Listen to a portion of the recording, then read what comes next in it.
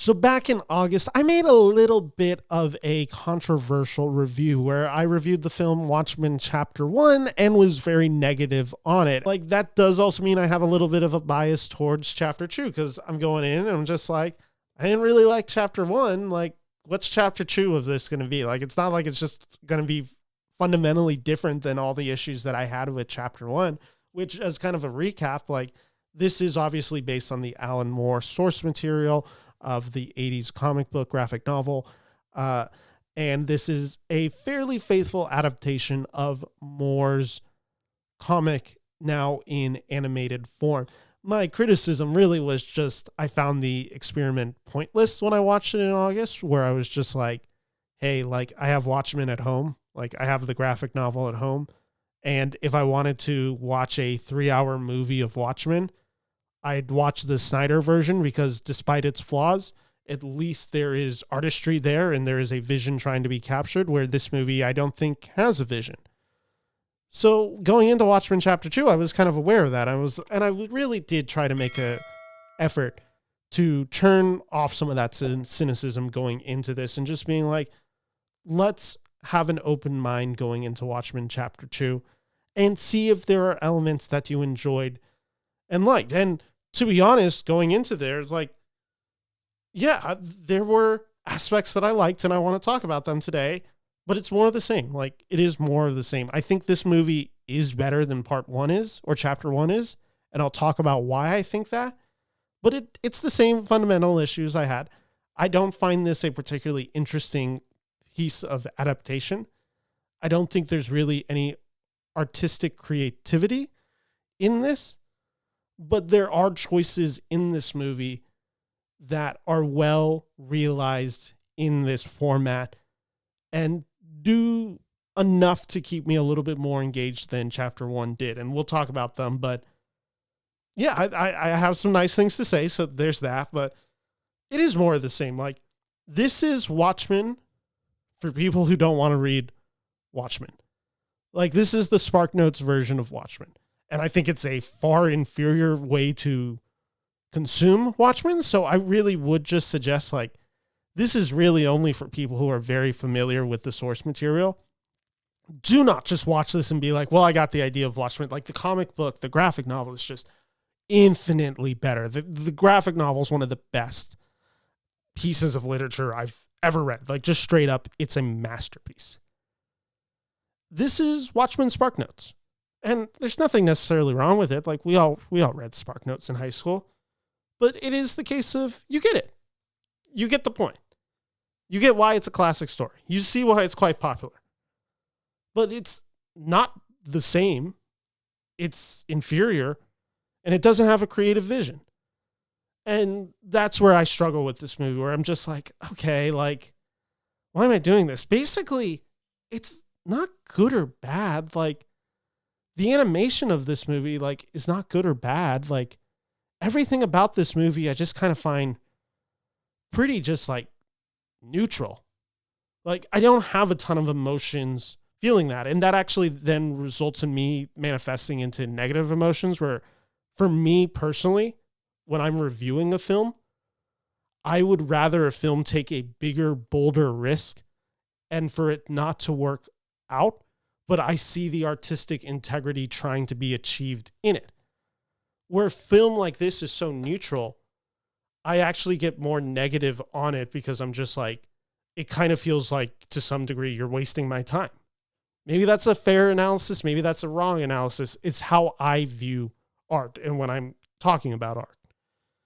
But a lot of times, Watchmen Chapter 2 just kind of feels like if you ask ChatGPT to adapt Watchmen into a 3-hour animated movie. And that means it's going to be pretty faithful.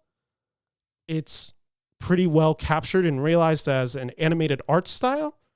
And the performances, the vocal performances, are all what you'd kind of imagine it to be. And that's kind of the issue that I have with it. And it is the struggle of adaptation, especially a source material on Watchmen that is so precious and is so beloved by a fan group, that the idea of even changing something for artistic integrity could put off a lot of people. And let's just kind of recap what Watchmen Chapter 2 starts with. So Watchmen Chapter 1, for those who are aware, which I'm hoping everyone is, it follows the story of Watchmen, which is the Alan Moore graphic novel of vigilantes, and part 1 ends with Rorschach's setup / arrest. And part 2 is the remainder of the Alan Moore comic. And that means we get some of the big scenes. We get the reveal. We get Dr. Manhattan in Mars with Silk Spectra. We get the ending that is, I love the ending of Watchmen, and it's pretty well realized in this movie, and that's one of the positives that we'll be talking about in this. Like, this movie has the big beats. And to be honest, I love the big beats of Watchmen. So there is a level of excitement I get when we finally realize who Adrian Veidt is. Like, when we get to that part of the story, I just love that story. And I love how it's written, and I love how it's written in the comic. And just straight up reading the lines, like, yeah, there's an excitement. Like, it's a really well done reveal when it happens. Or like when we see the breakout of Rorschach in prison. Or when he gives the famous line, "I'm not trapped in here with you, you're trapped in here with me." When Rorschach says that, like, yeah, it's one of the most badass lines ever put to writing. Like, there's a lot of that works. And so there are strengths in it. And maybe that's why I had a better relationship with Chapter 2 than I did with Chapter 1. And it's also maybe because, and we should address it, Zack Snyder does change up with Watchmen, how it ends, than it does in the comic. And I actually think Snyder's vision for how that movie ends is actually clever and is actually a good choice of adaptation. But that's a video for another time. But it is the issue. Like, this material is so precious that how can you adapt it? Like, how can you change something that people need to hit the certain beats and are wanting to expect? Like, that is the challenge of a project like this. And it's maybe the argument for why you shouldn't try adapting source material like this. Here's what I did like about this movie. I actually found the vocal performances stronger in this movie than I did in Chapter 1. And maybe that's because we're focusing with a few performances more.